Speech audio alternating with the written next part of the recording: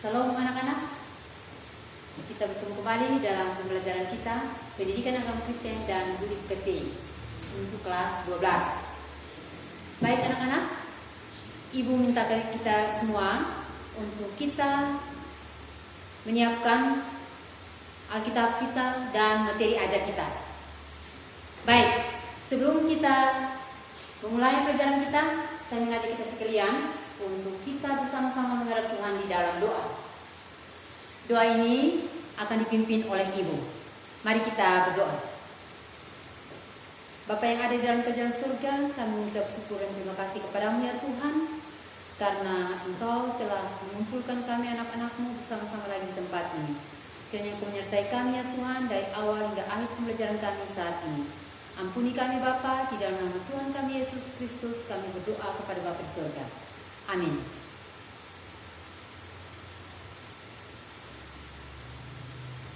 Baik anak-anak, Ibu akan mencek kehadiran kita. Ibu akan mencek kehadiran kita. Apakah kalian hadir semua? Ya baik, kita hadir semua saat ini. Ibu mengajak kita semua untuk kita memuji Tuhan bersama dengan lagu Tuhan pimpin anakmu. Tuhan pimpin anakmu. 3. Tuhan pimpin anakmu agar tidak tersesat, akan jauhlah seteru bila kau tetap dekat. Tuhan pimpin arus hidup menderas, agar jangan ku sesat, pegang tanganku erat. Baik anak-anak, kira-kira dari lagu ini kesan apa yang kita dapatkan dari lagu ini? Ya, baik. Pesan dari lagu ini adalah pengakuan akan pimpinan Tuhan. Jadi, kita harus mengharapkan pimpinan Tuhan di dalam hidup kita. Pembelajaran kita saat ini adalah keadilan menurut Alkitab. Apakah ada yang masih ingat pelajaran minggu lalu? Pelajaran kita pada minggu yang lalu. Ya, benar. Hidup bersama orang yang berbeda iman.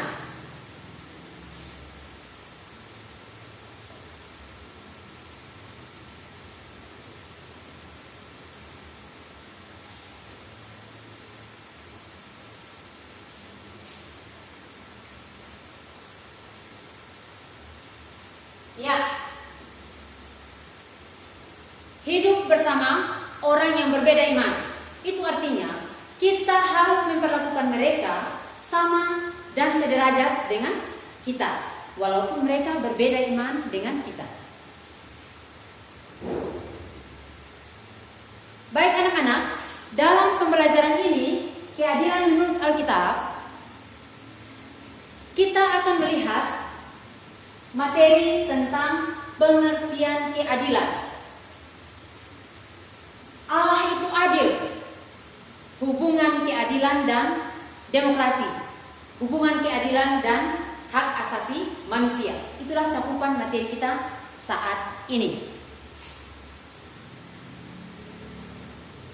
Anak-anak sekalian, kita diarahkan untuk bagaimana dapat mempelajari sikap adil di dalam Alkitab dan juga dampak dari sikap adil dalam Alkitab. Itulah yang akan kita pelajari lewat materi kita saat ini. Baik. Tujuan pembelajaran kita saat ini adalah yang pertama, menjelaskan pengertian keadilan. Peserta didik dapat menjelaskan pengertian keadilan. Yang kedua, Peserta didik dapat menganalisis makna keadilan yang diajarkan Alkitab bagi kehidupan manusia. Yang ketiga, menghubungkan keadilan dan demokrasi. Yang keempat, menjelaskan hubungan keadilan dan hak asasi manusia. Yang kelima, menjelaskan teladan Yesus dalam hubungan keadilan dan HAM. Dan yang keenam adalah mengumpulkan hal-hal yang berkaitan dengan keadilan dan HAM dalam bentuk clipping.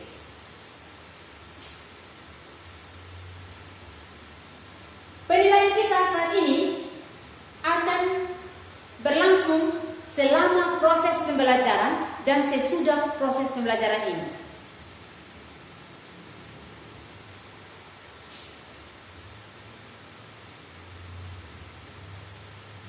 Matikan.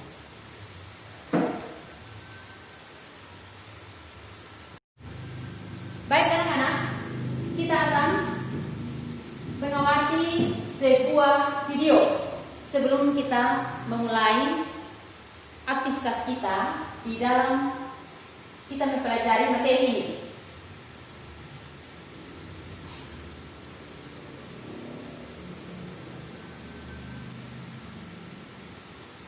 Baik, kita bersama-sama menyimak video ini.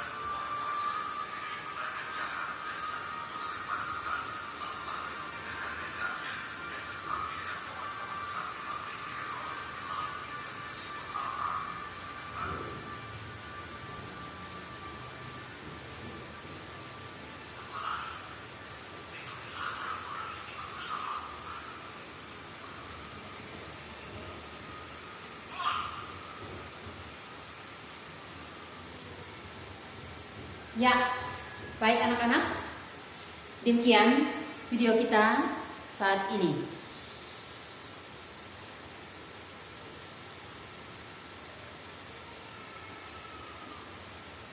Kita kembali melihat, Ibu meminta kalian, setelah kalian melihat, mengamati video tadi, Ibu minta kalian untuk memperhatikan materi ajar kita tentang keadilan menurut Alkitab.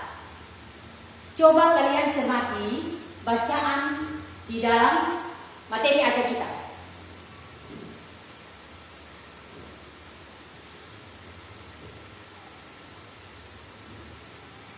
Baik anak-anak sekalian, apakah ada yang ingin bertanya? Ibu memberikan kesempatan.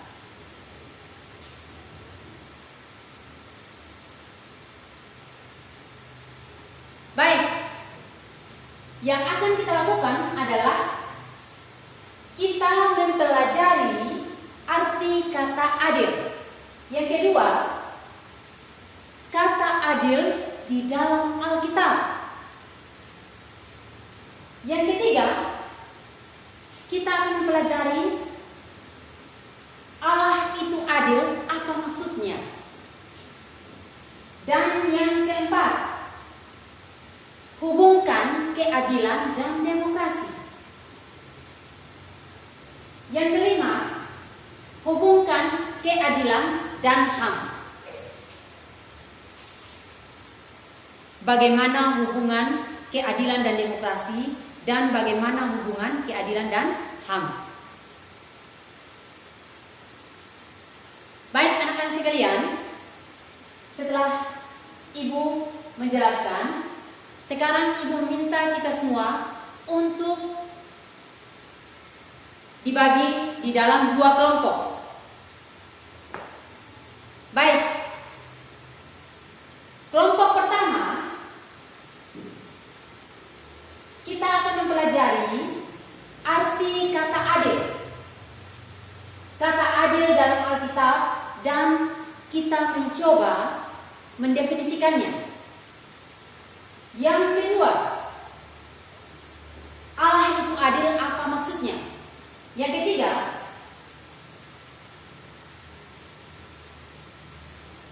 kita simpulkan dampak sikap adil di dalam cerita Alkitab, terutama dalam kaitan dengan apa yang kita sudah saksikan tadi, video kita tadi.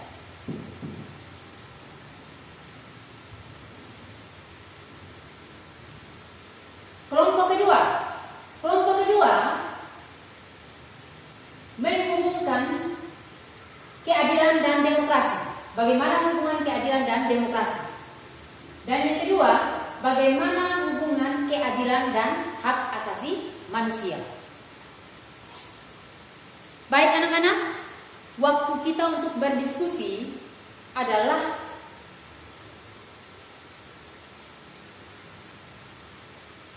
15 menit.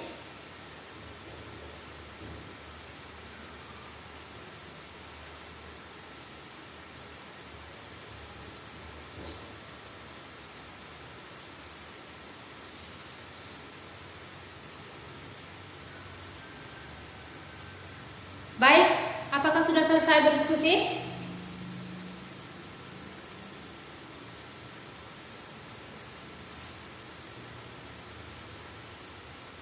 Ibu memberikan kesempatan kepada kelompok 1 untuk menyampaikan hasil diskusinya.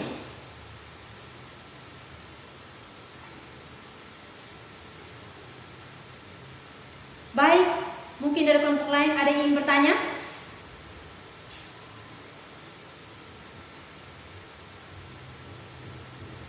Silahkan dijawab.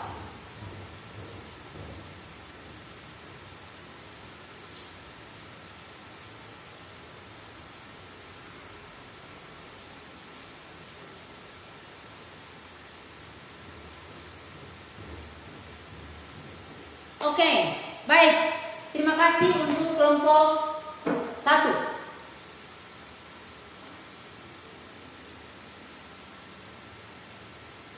pengertian keadilan menurut Kamus Besar Bahasa Indonesia adalah sama berat, tidak berat sebelah, tidak memihak, berpihak kepada yang benar, berpegang pada kebenaran.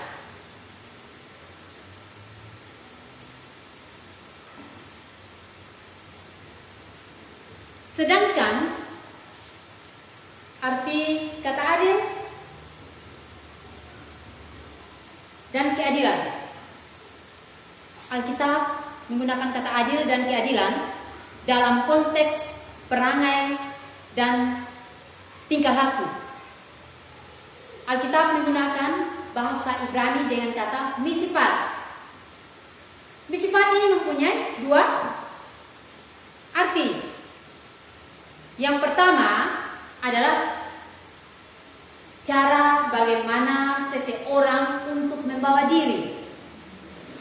Ya, dan yang kedua, cara yang benar untuk memperlakukan orang lain.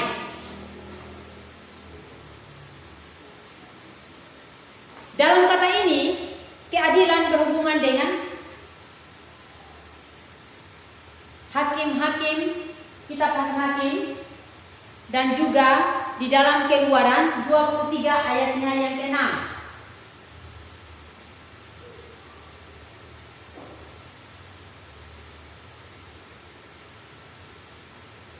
Kemudian dalam Kejadian 18 ayat 10,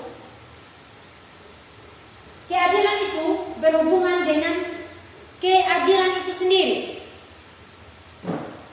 Artinya bahwa tidak berat sebelah.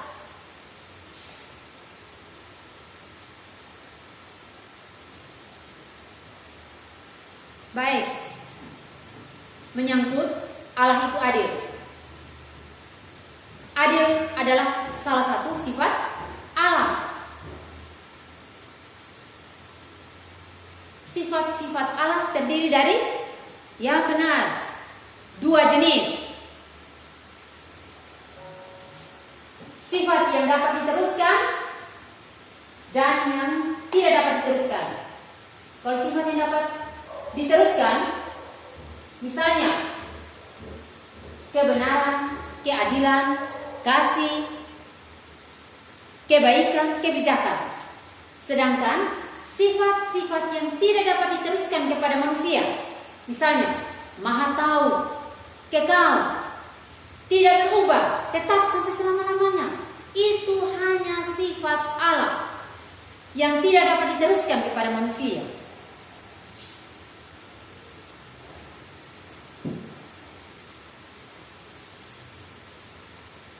Baik, anak-anak sekalian, kita memberikan kesempatan kepada kelompok 2 untuk dapat menyampaikan hasil diskusinya.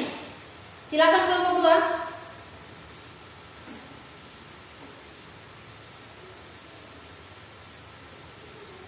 2. Ya, baik. Kelompok lain ada yang ingin bertanya? Silakan. Silakan dijawab. Kelompok 2 silakan dijawab. Baik. Terima kasih. Bagaimana hubungan keadilan dan demokrasi?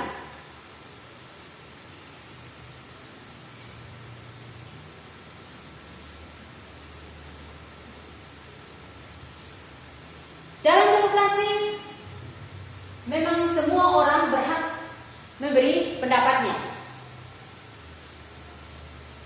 Dan juga setiap orang berhak untuk memutuskan apa yang akan dilakukan.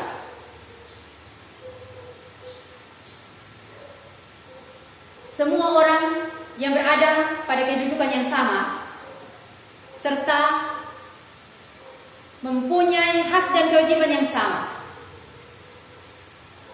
Artinya bahwa tidak ada perbedaan. semua orang berada pada kedudukan yang sama. Itu berarti mempunyai hak dan kewajiban yang sama. Yang berikut, karena semua orang berada pada kedudukan yang sama serta mempunyai hak dan kewajiban yang sama, maka demokrasi itu harus dilaksanakan dengan adil. Artinya, memberi kesempatan kepada semua orang untuk dapat memberi pendapatnya masing-masing.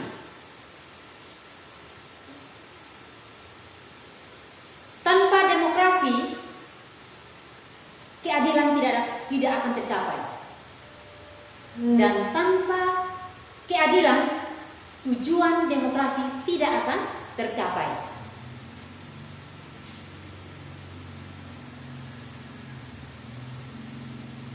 Keadilan di dalam HAM. Mari kita sama-sama lihat. Keadilan di dalam HAM.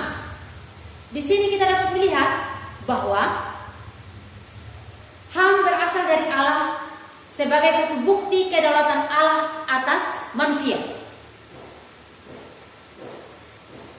Tidak ada seorang pun, baik lembaga atau negara atau agama manapun, dapat membatalkan hak asasi manusia. HAM berlaku universal di seluruh dunia. HAM juga merupakan pengakuan atas asasi dan hakikat ciptaan Allah. Artinya bahwa hak asasi manusia itu merupakan dasar dan hakikat ciptaan Allah.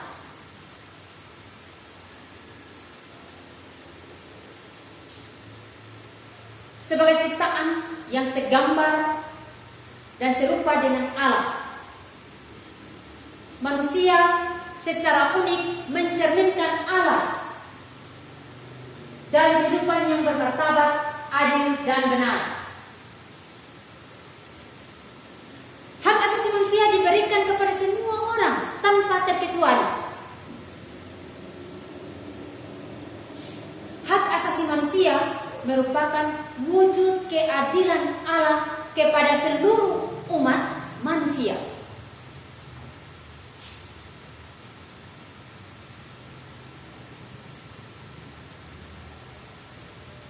Baik, anak-anak sekalian, perlakuan terhadap HAM merupakan respon terhadap Allah sebagai pencipta. Ketika kita mengakui HAM, ketika kita menghargai hak asasi manusia, itu merupakan respon kita terhadap Allah sebagai pencipta.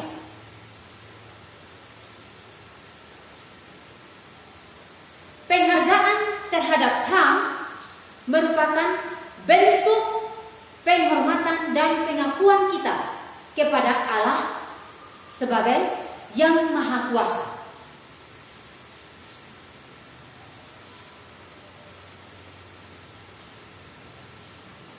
Kalau kita menyimak pada masa lampau, pelanggaran HAM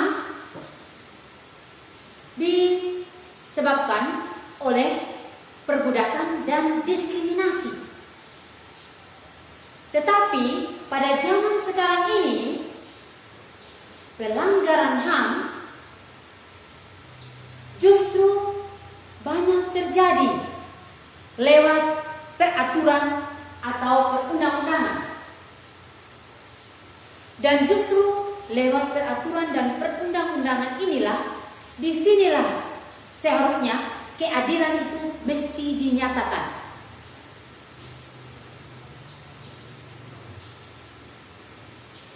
Artinya bahwa tanpa mempertimbangkan jumlah kuantitas atau mayoritas, HAM itu harus ditegakkan. Semua orang harus mendapatkan perlindungan hak asasi manusia.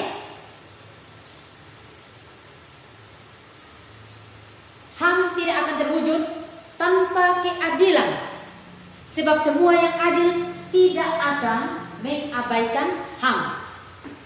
Kalau kita bersikap adil, kita tidak akan mengabaikan HAM.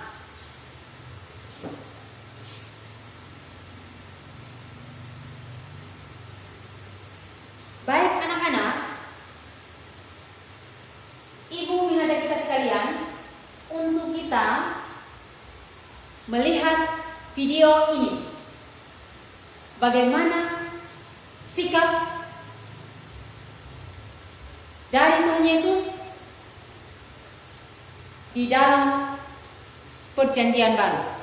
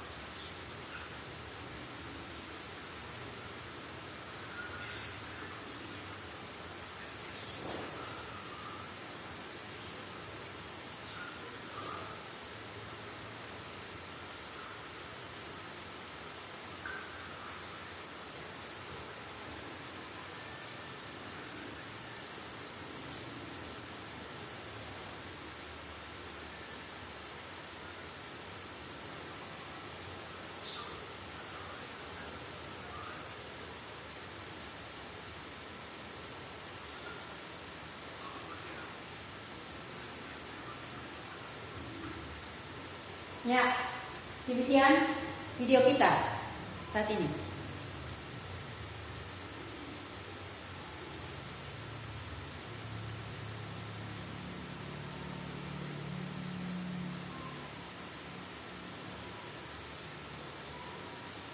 Baik anak-anak,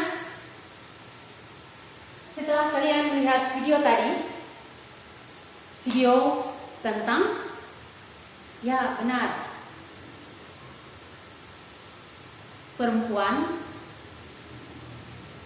yang bersinar. Ya.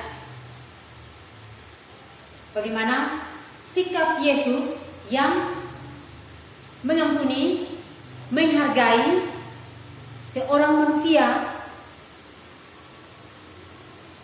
untuk tidak lagi hidup dengan menghina dirinya sendiri. Baik.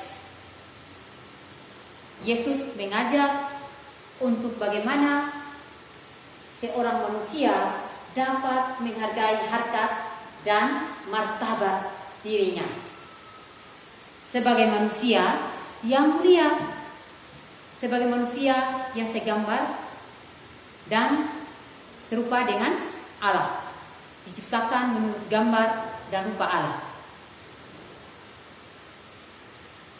Baik anak-anak sekalian, mungkin ada yang dapat memberikan kesimpulan dari pembelajaran kita saat ini. Ibu memberikan kesempatan. Ya, terima kasih. Baik. Ibu akan memberikan rangkuman dari hasil pembelajaran kita saat ini. Yang pertama, adil atau keadilan sudah ditekankan atau dilakukan di dalam Alkitab. Sikap adil diperlukan untuk memecahkan masalah.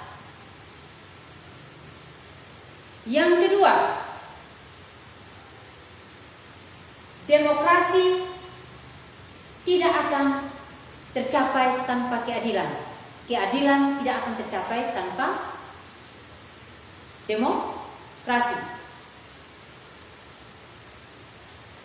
Sebagai orang Kristen harus berpartisipasi aktif dalam berdemokrasi. Dan dasarnya adalah kasih. Kasih memotivasi untuk mewujudkan demokrasi yang berkeadilan. Baik anak-anak sekalian, kita harus ingat bahwa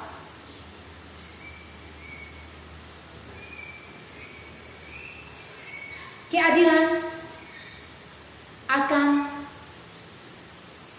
yang dijalankan dengan benar akan mewujudkan tujuan demokrasi. Demikian juga demokrasi jika dijalankan dengan benar akan membawa keadilan yang dapat dinikmati oleh banyak orang dan tidak akan menyebabkan masalah. Masalah tidak akan dapat bertambah banyak. Baik, Yesus memberi teladan. Seseorang harus bisa menghargai martabatnya sendiri sebagai gambar dan rupa Allah yang telah dibarui.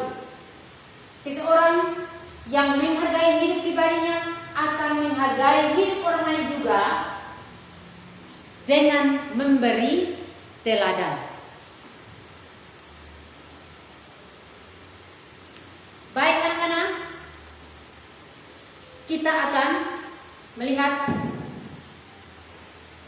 tugas kelompok kita. Tugas kelompok kita akan melihat pada slide.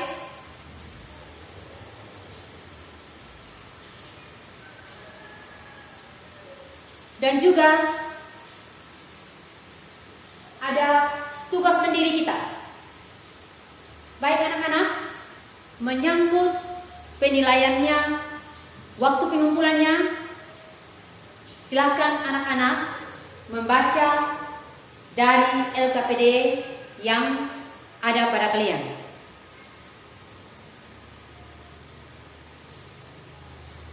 Pembelajaran kita hari ini sampai di sini. Dan materi kita yang akan datang adalah praktek demokrasi di Indonesia. Sebelum kita mengakhiri pembelajaran kita saat ini, saya mengajak kita sekalian untuk kita memuji Tuhan bersama dengan lagu Yesus Berpesan. Yesus berpesan, 1, 2, 3. Yesus berpesan dalam malam gelap, kamu harus jadi lilin gemerlap, anak masing-masing di sekitarnya, dalam dunia ini bersinarlah. Baik anak-anak, kita akan mengakhiri pembelajaran kita saat ini dengan kita bersama-sama mengucapkan doa ini. Mari kita berdoa. Tuhan Yesus sumber rahmat, terima kasih atas penyertaan-Mu kepada kami pada hari ini. Banyak hal yang telah kami pelajari bersama. Mampukan kami untuk melakukan apa yang telah kami pelajari dengan sungguh-sungguh, agar kami dapat menghadirkan kedamaian dimanapun kami berada. Dalam nama Tuhan Yesus kami berdoa. Amin. Demikian pembelajaran kita saat ini. Salam dan terima kasih.